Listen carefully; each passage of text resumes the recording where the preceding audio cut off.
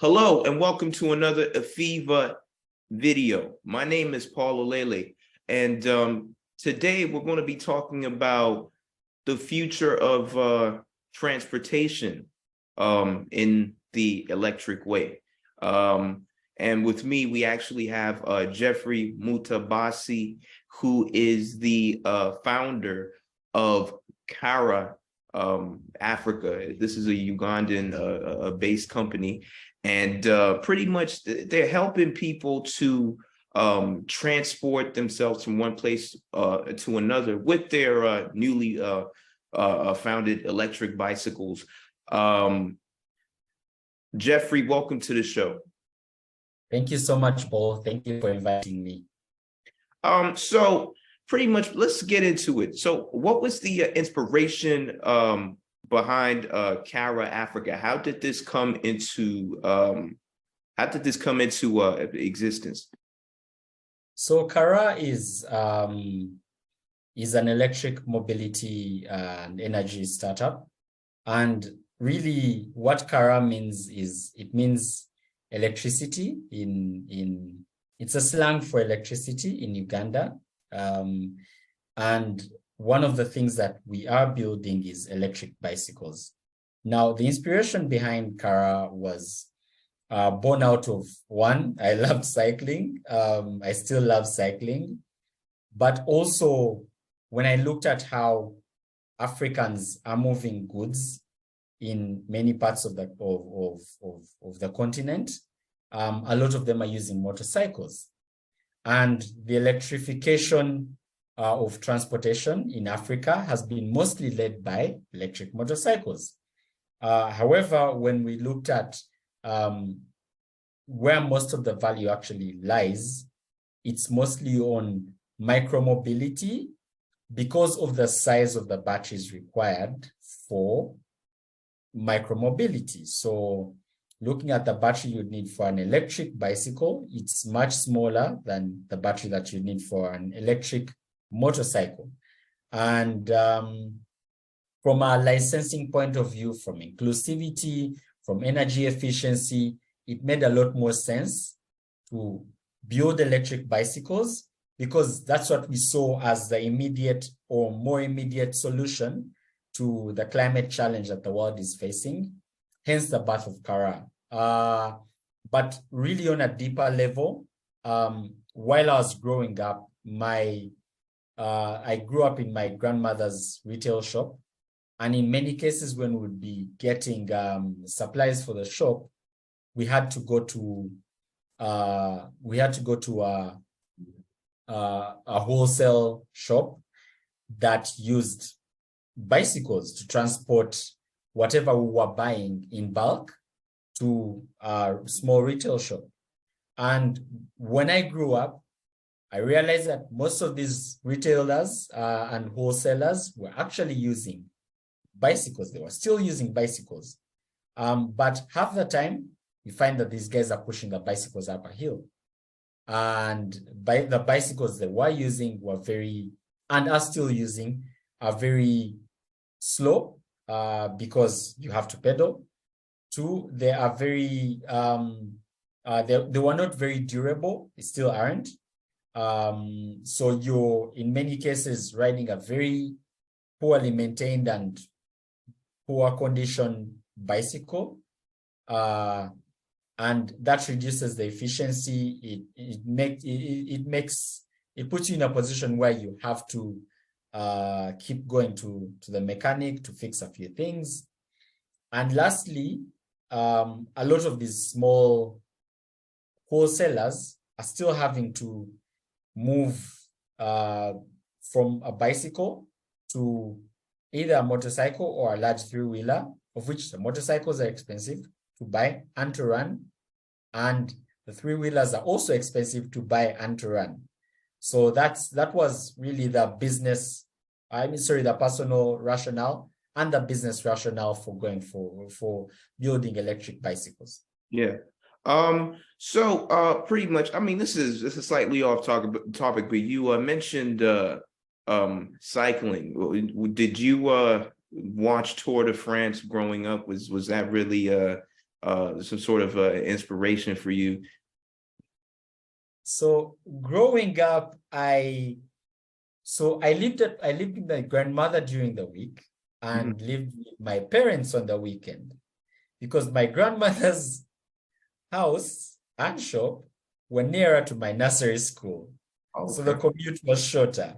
Now, on the weekends, I had a little bicycle at home, like most of us do when we're young. So growing up, I never did a lot of sports because I had a lot of health issues like asthma, and I couldn't engage in football or any other sport that boys do engage in. But I used to cycle, so I ended up taking it up and just having that as the only sport I would do, or the only form of activity or physical activity I actually engaged in. So that's where my love for cycling, sort of came from. Not really from Not watching really from Tour de France or something, but I would love to watch Tour de France, though it's really not up my alley. I'm more of a Formula E and Formula One fanatic than a competitive cycling person. That's interesting. That's interesting. I just thought that the correlation probably could have been there, but it is what it is. So let's talk about the bicycle itself, or the electric bicycle itself.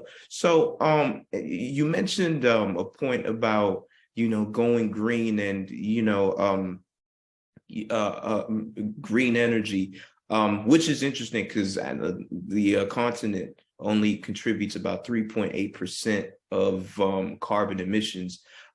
So what really is the I'd say that, because you've already given me the motivation behind it, but what's the long-term goal? What do you hope to achieve with this electric bicycle, pretty much? So in the developed world, the bicycle is like a tool to get to work and back. It's a leisure tool for exercising. In Africa, it's a lot more than that. It's a tool that enables people move goods from point A to B. It's a tool that enables people, students go from home to school and back. It's a tool for food delivery and package delivery. It's also a tool that enables farmers get their produce to market. It's a tool that enables people get their wives and their kids to the hospital. So it's a lot more than just a bicycle. But it's also something that has always been viewed, and with development, it's been always viewed as the motorcycle of the poor. Mainly because motorcycles have taken up a lot more, have been a lot more adopted over time, because the bicycle has failed to catch up in terms of speed, but the motorcycle has sort of filled that gap. So with the electric bicycle, we're basically bridging that gap and ensuring that as we still use bicycles for a lot of the informal tasks in Africa, and as motorcycle usage grows, we don't leave behind the fact that this could be an active form of, getting from point A to B. It could also be a form of energy access. So our bicycles are built to enable people to charge their phones and some small basic appliances. It could also be a tool that enables businesses and small and basically entrepreneurs earn more without the cost of buying a motorcycle or even fueling and maintaining a motorcycle. Now, in the developed world, going green means, impacting the environment, reducing environmental footprint, and all these fancy terms. In Africa, it's almost none of that. It's more about what can this asset help me do more of?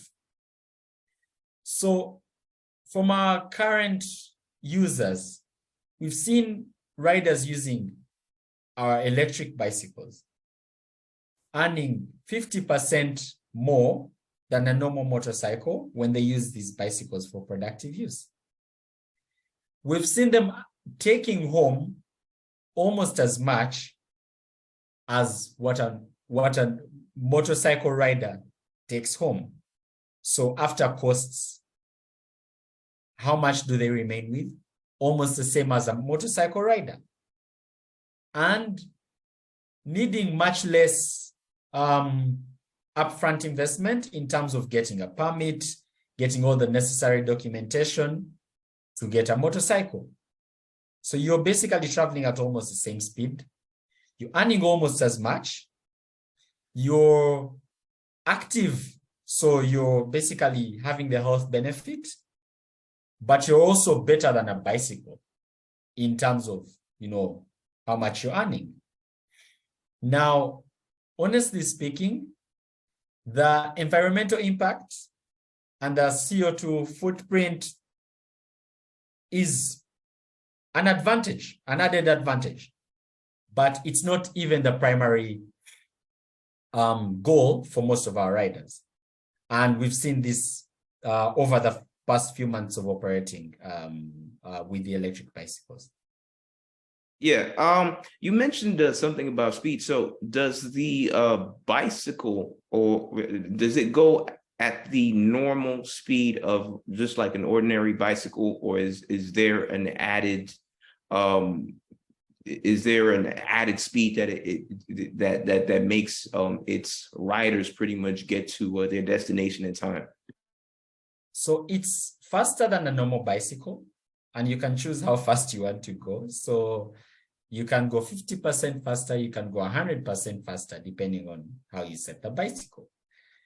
But also, in terms of speed in urban areas compared to a normal motorcycle, you move at almost the same speed as a motorcycle. And then in terms of, I would say, energy used to travel, you use less energy, much less energy compared to a motorcycle rider. Compared to a bicycle rider, someone riding a typical bicycle.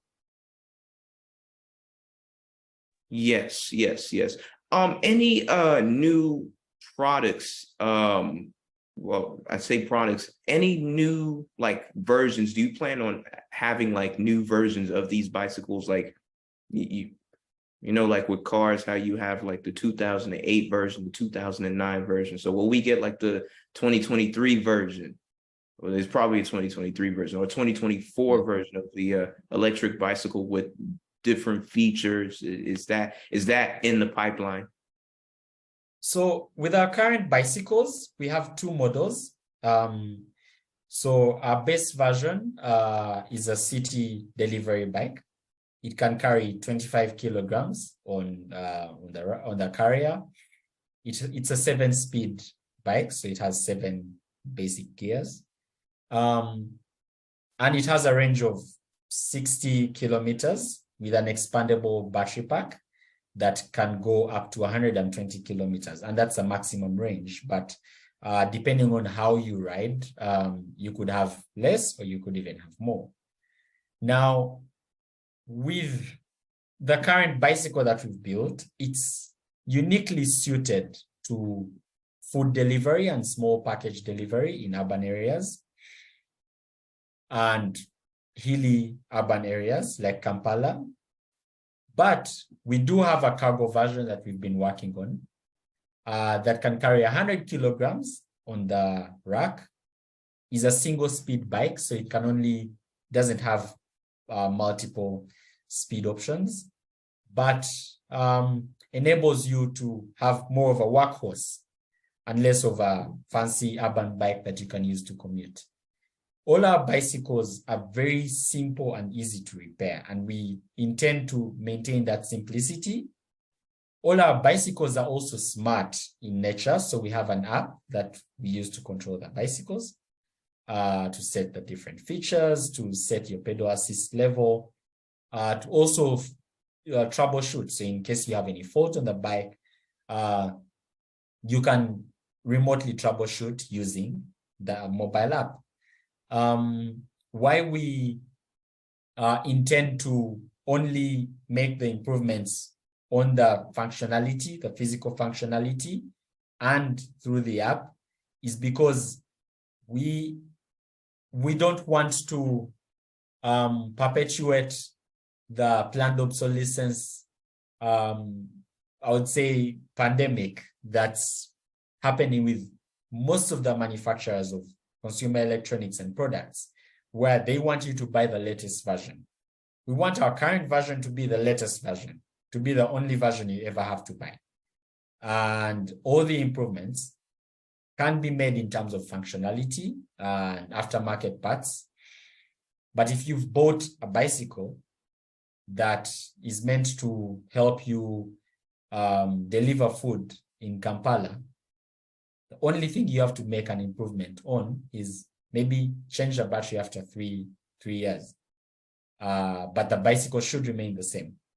Or maybe add a carrier that enables you to carry more cargo.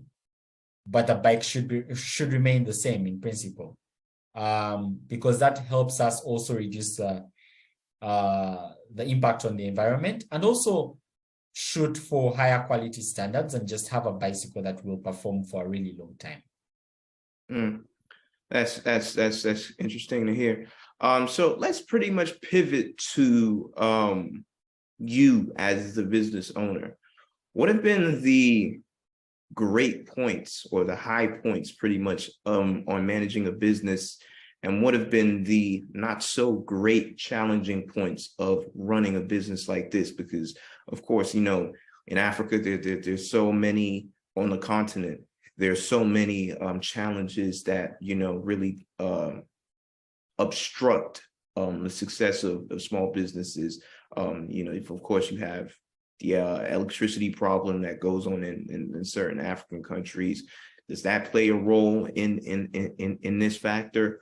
Or, you know, the access to capital? So pretty much, what's been the good points and the bad points? So of course, the good points have been many. And for me, the ultimate major good point, like at the top of the list, is seeing, for me as an entrepreneur, seeing the impact of a product on the customer. Over the past 4 months, we've seen some of our riders go from, you know, earning just, you know, enough to get by, to tripling and doubling their earnings by, you know, shifting from a normal bicycle to an electric bicycle. We've seen our riders go from working 5, maximum 6 days a week, to working 7 days a week without even needing to take a day off, because their work feels like leisure. I mean, they don't get super tired at the end of the day. We've seen our products go from fancy bicycles that you need to maintain with a specific mechanic that we always have to have like on call in case the bicycles had any mechanical problems, to them being able to service their bicycles from just about anywhere. You know, and this was a design decision we made because we didn't want, you know, riders to come back to us and have to, you know, come to us for maintenance, for parts, for a lot of the things that they need, and basically service the bicycles from anywhere. And those are really what I've seen as the high points. The low points are really access to capital, like you mentioned, is very important for a business of this kind. But we've had a lot of really supportive partners like the UNDP in Uganda, like Innovation Village, Motive, Hive Collab, and a number of other programs from International Trade Center, like the NTF project. And there's so much support from the ecosystem players, but of course, there's more support that you could get. We've also had support from international partners like Get Invest and companies like Inensas, which are supporting us with investment readiness. But that definitely does help with, making the journey of an entrepreneur and making the job of building a startup much easier, because you feel like you're moving with a number of partners. But we've also got investment from partners like Benue Capital, which is one of the first VC funds in Uganda, and we've had a lot of support from them and many others. However, in the early stages, it's definitely very important to have capital, but it's also very important to have a lot of supply chain support. So one of the biggest challenges of building a hardware startup in Africa is having access to raw materials and parts to build, which is definitely the hardest part, because you can do very little without access to inputs for manufacturing. So that's been one of the hardest parts, and we've moved much slower because of that, because supply chains take as long as they're supposed to take. And if you're in a landlocked country like Uganda and you're getting parts from all over the world, you have to wait for these parts. But lastly, access to talent. I think since we're doing a lot of things that are very new in Uganda and in Africa, you do need talent that knows how to execute these things. And you're not next to MIT and Stanford and, all these fancy universities. So you do have to find local talent and develop that talent. And that's pretty much one of the most important things that we've been focusing more on, talent development, to ensure that we have the talent that we need to get to where we're going. So shifting gears a little bit to the general cost of the bicycles, how much do these typically cost at first? And do you also worry that people in the rural areas might not be able to afford some of these products, some of these bicycles, pretty much? So what's the overall general cost of the bicycles? So the eventual goal is actually to have the bicycle available to everyone, in rural areas, in urban areas. However, the first priority is urban areas. Why? The earnings structure for riders in urban areas typically earn more than the riders in rural areas. However, the cost of the asset is never the challenge in Africa, at least right now, but it's the cost of financing the asset and how much the asset can make for the rider. So we do employ or utilize a ride-to-own financing structure where our riders don't pay for the asset upfront. So the bicycle costs between $800 and $1,000. However, the riders don't have to pay the entire cost of the bicycle upfront. So they pay a small fee every week from their weekly earnings towards the bicycle. And after 60 weeks, they own the bicycle. So they pay between $15 and $20 a week towards repayment of the asset.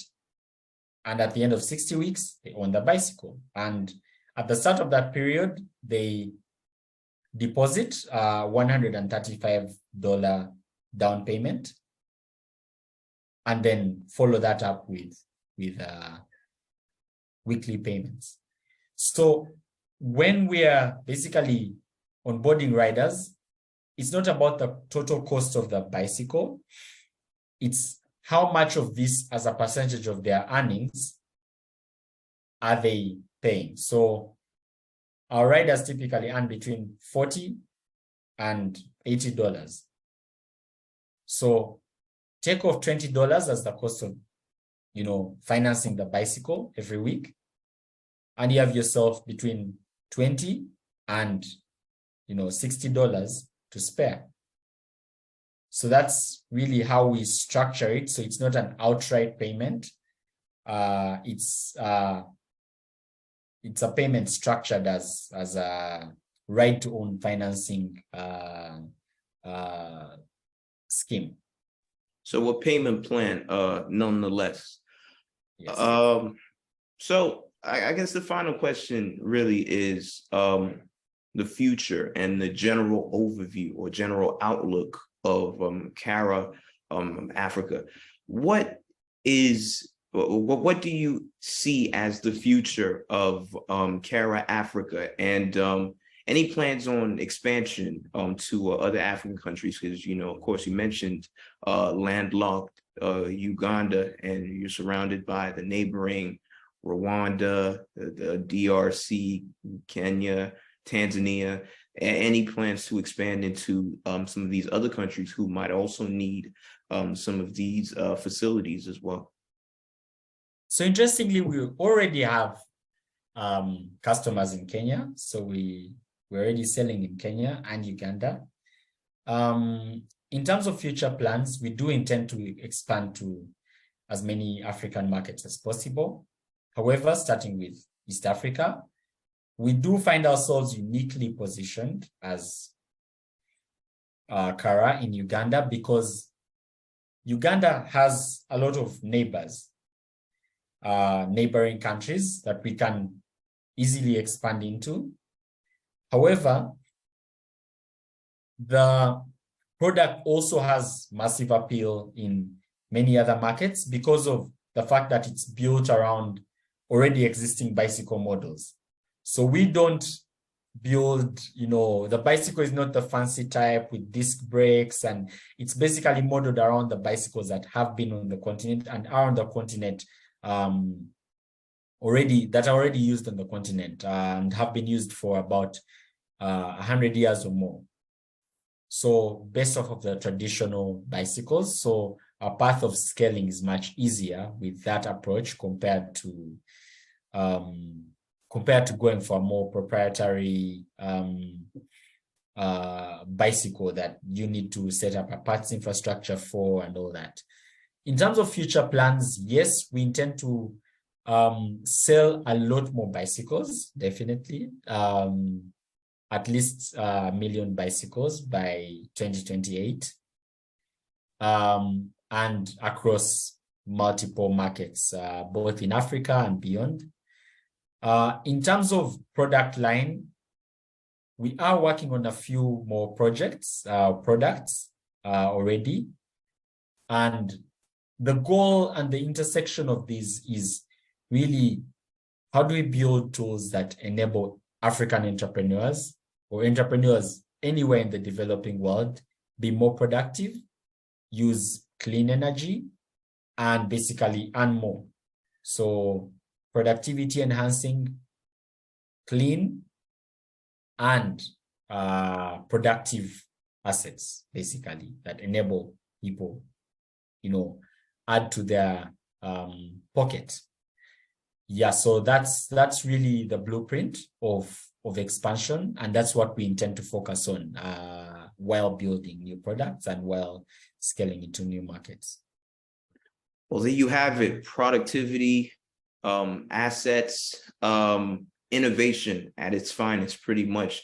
Karaa Africa, once again, is providing electric bicycles for people in Uganda. Visit them at www.karaa.africa. Geofrey, thank you for, taking some time out to talk to us, the global audience, about your product. And, hopefully, who knows, we might see it one day in the United States. You don't know. We might see it over in the UK and Asia. We always support people who are innovative and who are trying to make the world a better place. And respect to you, Geofrey, for doing what you can in this field. Thank you so much, Paul. And I look forward to, of course, exporting to more countries. And I think with a global mindset, we can definitely solve a lot of local problems, because I mean, it's not only Africa that has problems or challenges. Challenges are everywhere, but just in different magnitudes and in different forms and shapes and sizes. So looking forward to that. Well, ladies and gentlemen, this is AFIVA. My name is Paul Olele. That's Geofrey Mutabazi. And we'll see you on the next AFIVA video. Thank you and have a good rest of your day.